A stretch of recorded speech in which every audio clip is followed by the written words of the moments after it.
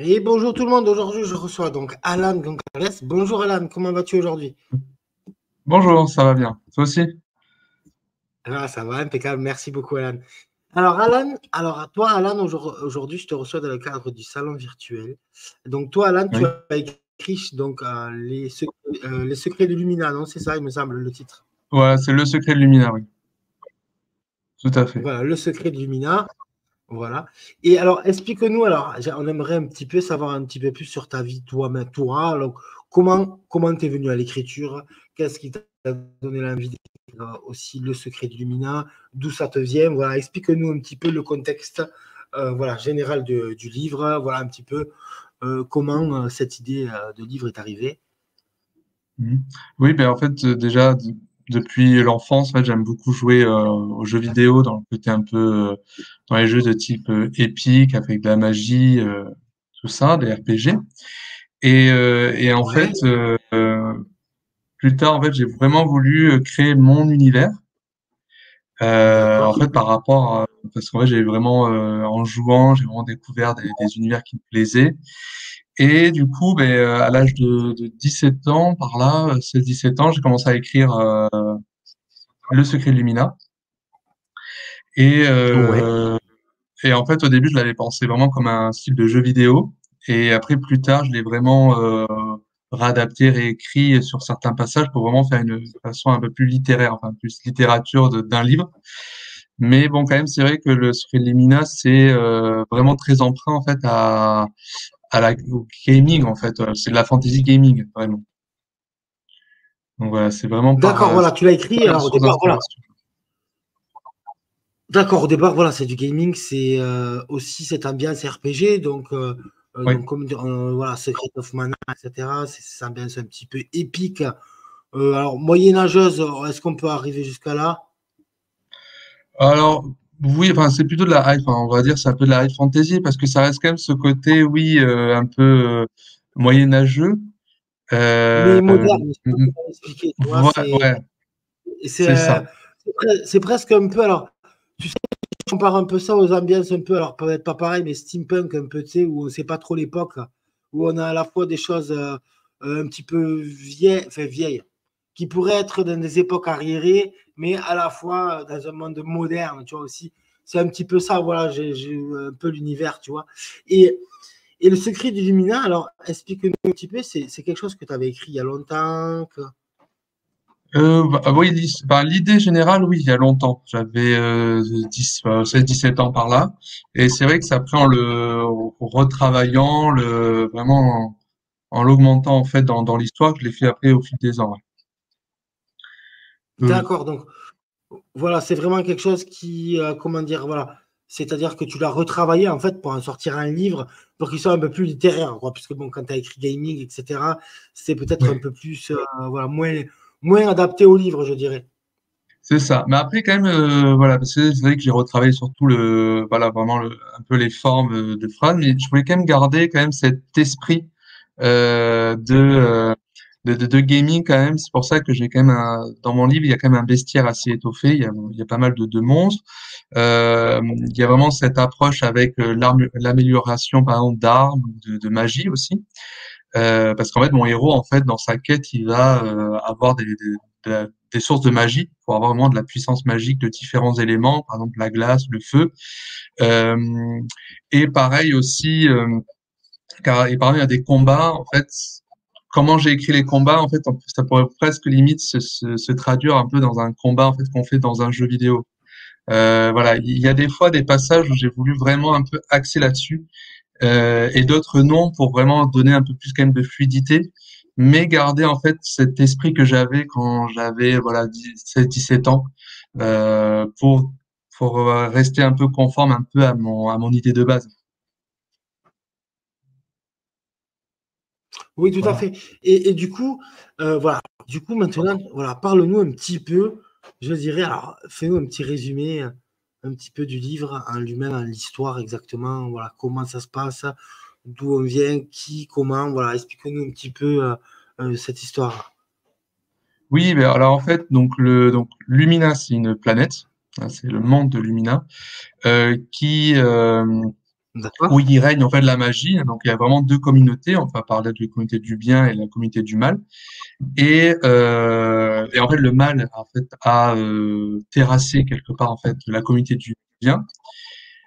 Donc ça c'est vraiment sur l'idée principale de l'univers. Et il y a un humain qui va se retrouver en fait kidnappé. Donc un humain de terre qui va se retrouver kidnappé dans ce monde et il va devoir en fait parcourir le monde à la recherche de sources de pouvoir pour tenter en fait de renverser la domination maléfique sur les terres de Lumina. Voilà. Donc en fait, D'accord, voilà. ouais, il est voilà, en fait, il est aidé par un clan de résistants en fait, les Tumes, qui étaient avant une grande civilisation du bien et qui a été vraiment décimée. Et avec l'aide en fait d'une des Tumes qui s'appelle Yuki, en fait, il va en fait parcourir le monde pour trouver ses sources de magie. Donc ça, c'est un peu l'idée globale du 1. Donc c'est un peu l'idée globale. Enfin, le tome 1 est un peu candide pour le héros hein, qui s'appelle Stéphane parce qu'il est beaucoup aidé par Yuki. Mais dans le tome 2, il y a vraiment quand même il y a vraiment un changement. Il y a un changement dans cette approche-là. J'ai voulu donner une plus grande gravité en fait dans les événements dans le tome 2. D'accord, voilà.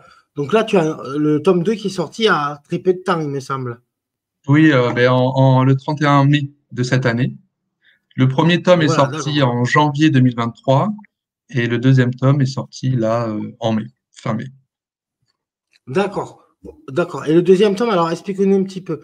Dans le premier, c'est plus une mise en contexte, quelque chose d'un petit peu plus, comme tu dis, candide. Et dans le tome 2, voilà, on rentre un peu plus dans le vif du sujet avec des quêtes un peu plus difficiles, voilà, des choses un petit peu plus pour le personnage. Oui, ben en fait, on va avoir un peu une émancipation du personnage principal parce que là, il est très aidé par Yuki, qui est quand même un personnage assez fort d'un point de vue magique, d'un point de vue de combat. Là, il va être un peu plus indépendant, un peu plus voilà. C'est lui qui va plus faire ses choix. Et en fait, le lecteur va vraiment suivre en fait un peu les conséquences de ses choix à lui qui peut-être ne sont pas toujours un peu les meilleurs. Mais bon, c'est pour ça que je voulais vraiment de développer un peu ce personnage, enfin le héros, dans des conséquences des fois qui peuvent entraîner des événements euh, pas en sa faveur.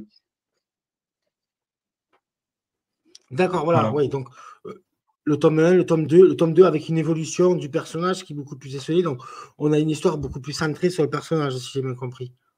Oui, c'est ça exactement. Bah, après, c'est vrai que le fil rouge, c'est quand même, en fait, c'est ça, c'est le secret de Lumina. En fait, qu'est-ce que c'est en définitive ce secret de cette planète?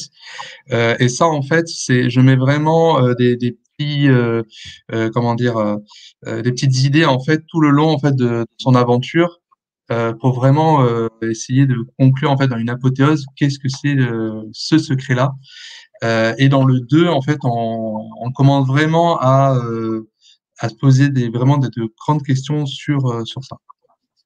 D'accord. Et toi, alors, là, tu l'as prévu en combien de tomes en tout?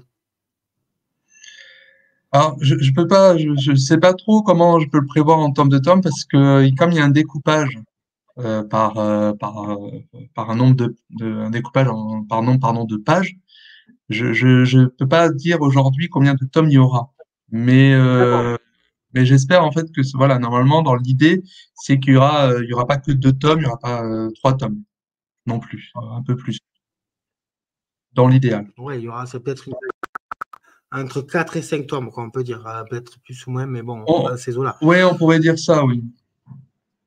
Voilà, D'accord. si l'aventure continue, bien évidemment. Toujours pareil. Oui, bien sûr, voilà. Non, mais c'est Voilà. toujours pareil. Mais voilà, aujourd'hui, voilà, donc le 1, alors le 1, le 1 et le 2 sont sortis chez Hello, ouais, c'est ça? Oui, chez Hello Édition, ouais, tout à fait. D'accord. Et le 1, alors on va pas te demander des chiffres, etc., mais est-ce qu'il a bien marché quand même, le 1, ouais? Oui, il y a eu quand même il y a eu des ventes effectivement, oui.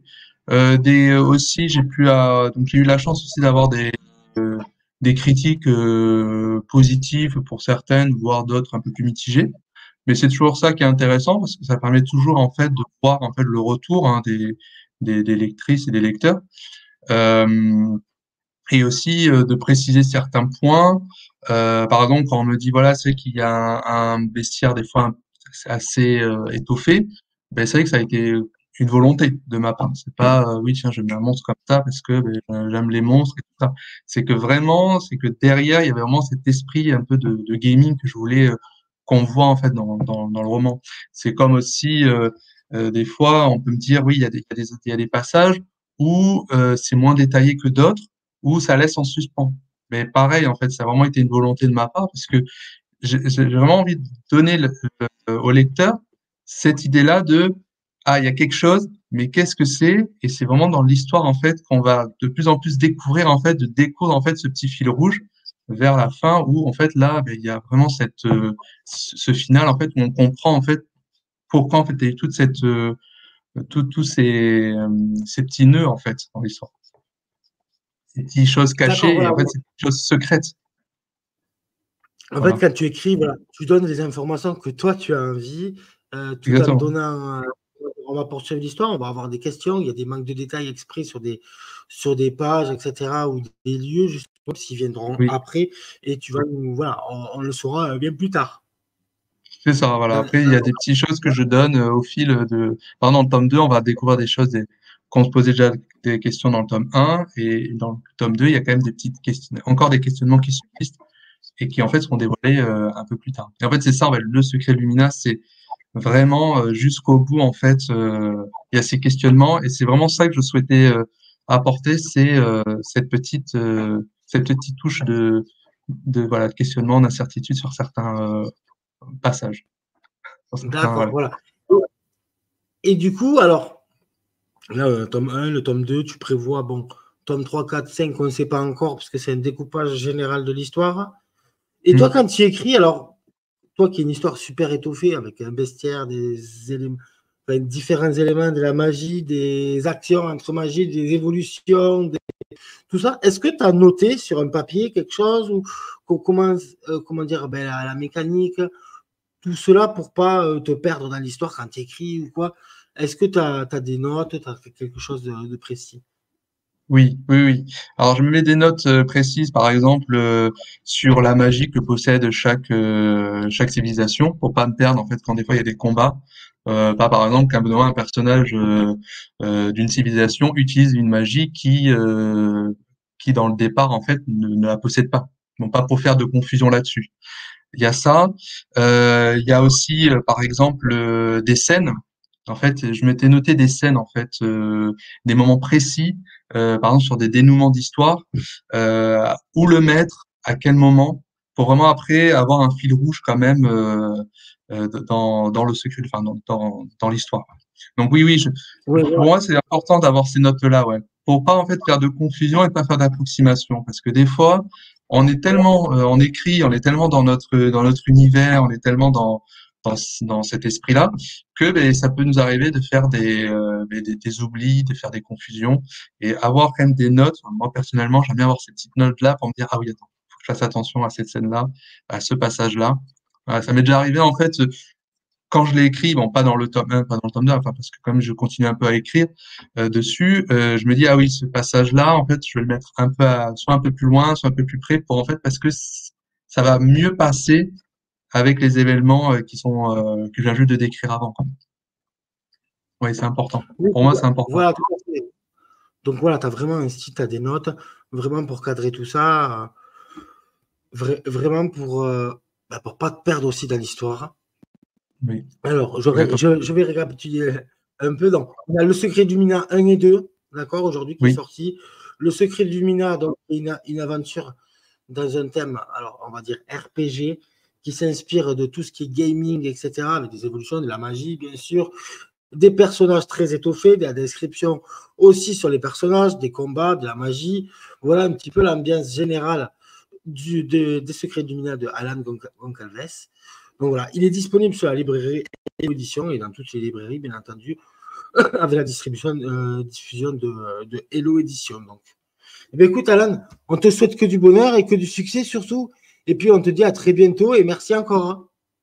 merci, mais, à bientôt et bonne continuation sur le salon. Très bien, merci. Eh ben, merci beaucoup, Alan. À la prochaine. Merci à toi. À bientôt.